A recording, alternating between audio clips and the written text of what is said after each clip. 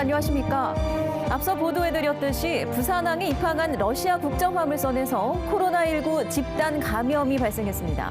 해당 선박뿐 아니라 바로 옆에 접안한 배에서도 추가 양성 판정이 나오면서 하루 새 17명의 확진 환자를 기록했는데요. 허술한 전자 검역이 도마에 올랐습니다. 김윤아 기자입니다. 러시아 선원들을 태운 구급버스가 부산의료원에 도착합니다.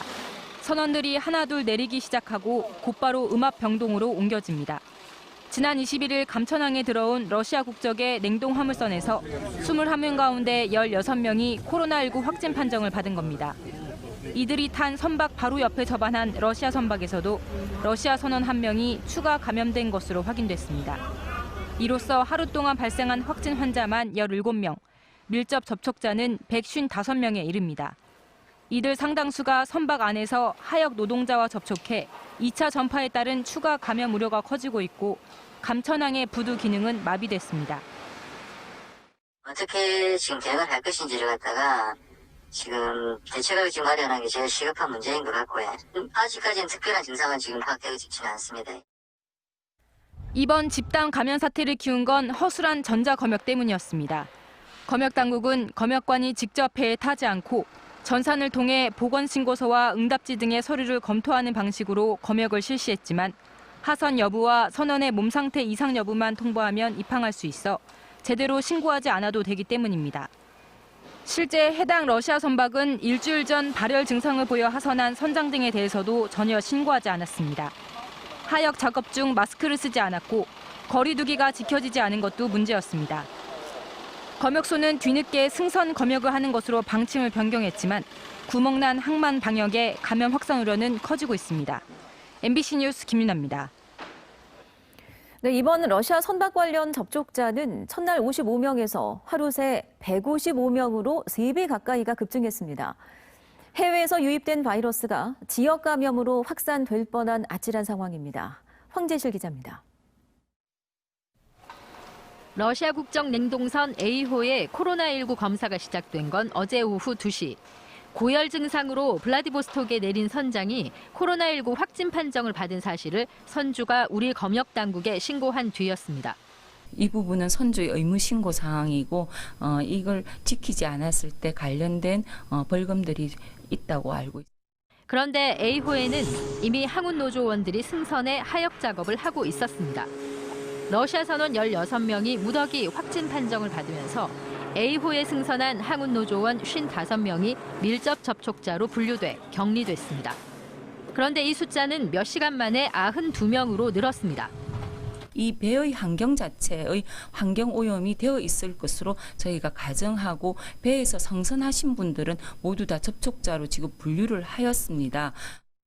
문제는 이 한 척에 그치지 않았다는 겁니다.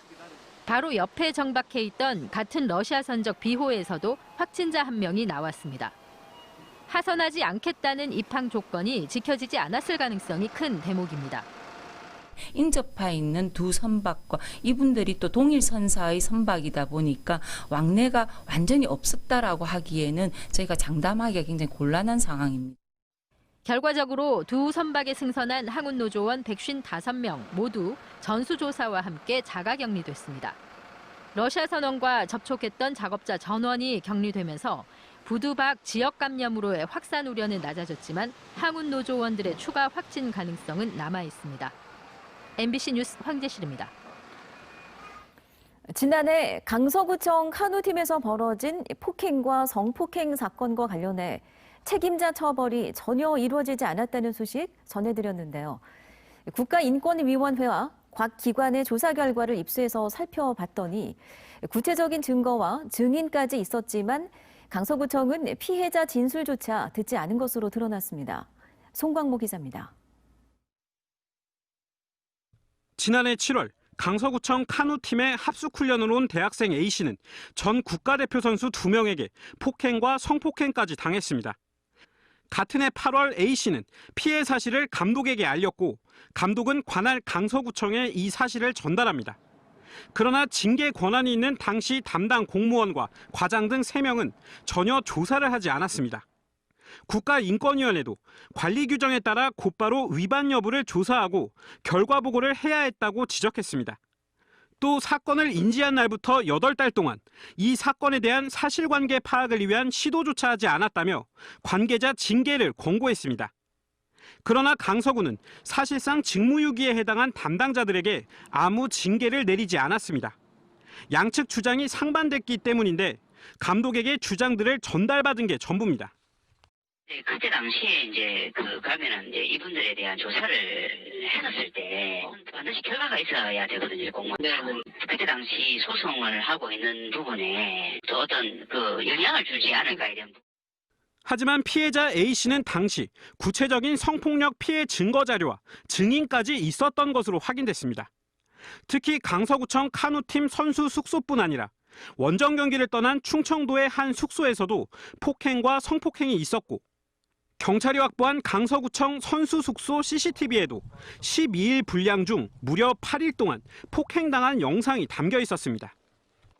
실업팀에 있는 국가대표 애들의 실력을 갖고 있는 애를 내가 문제를 삼아. 그러면 나는 운동을 그만둘 각오를 하고 이거를 문제를 삼아야 된다는 거죠. 그럼 단체나 이 코치 감독들 하는 거 보세요. 우리 아이가 나쁜 아이거든요. 이 카누 바닥에도 지금 그렇게 돼 있어요. 수사를 받던 가해 혐의 선수들에게 일단 업무 배제를 했어야 할 강서구는 오히려 유죄가 확정되지 않았다며 선수들을 전국체전에 출전시켰습니다.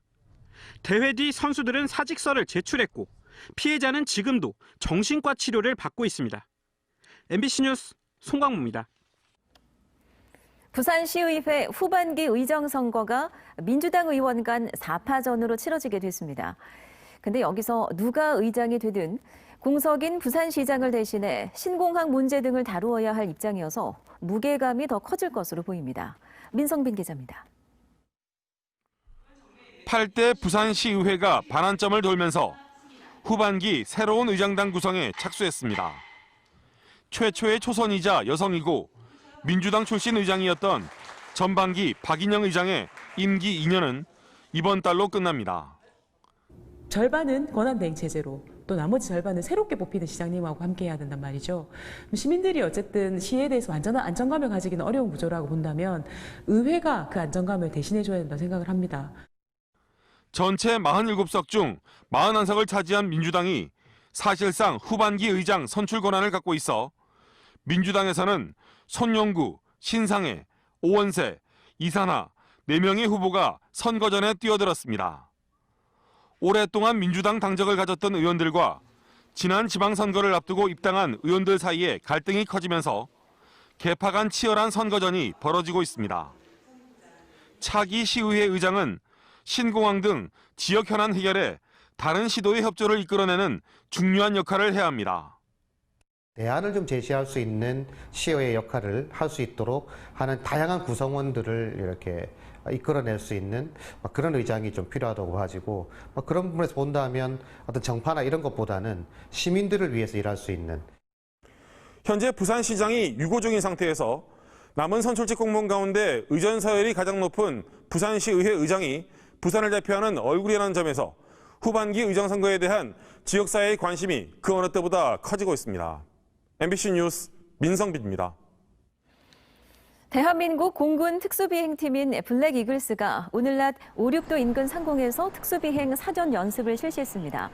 이번 연습은 오는 26일로 예정된 대한해협 해전 전승 기념식을 앞두고 지형 관숙 비행과 사전 비행으로 진행됐습니다. 블랙 이글스 특수 축하 비행은 전승 기념식 당일 오후 2시 15분부터 35분까지 20분간 예정돼 있습니다. 오늘 오전 10시쯤 강서구 낙동남도 명진아들목 인근에서 작업 중인 크레인에서 쇠뭉치가 떨어졌습니다. 이 사고로 지상에 있던 60대 작업자가 쇠뭉치에 깔려 숨졌습니다. 경찰은 상하수도 관로 공사를 진행하던 중 크레인 줄이 끊어지면서 사고가 난 것으로 보고 정확한 경위를 조사하고 있습니다. 부산지법 형사 11단독은 술에 취해 공사장에 누워있던 행인을 건설 기계차로 치어 숨지게 한 혐의로 기소된 50대 A씨에게 무죄를 선고했습니다. A씨는 지난해 11월 새벽 연제구 중앙대로의 버스 전용차로 공사 현장에서 건설 기계 차량을 몰고 작업을 하던 중 술에 취해 도로에 누워있던 71살 B씨를 치어 숨지게 한 혐의를 받고 있습니다.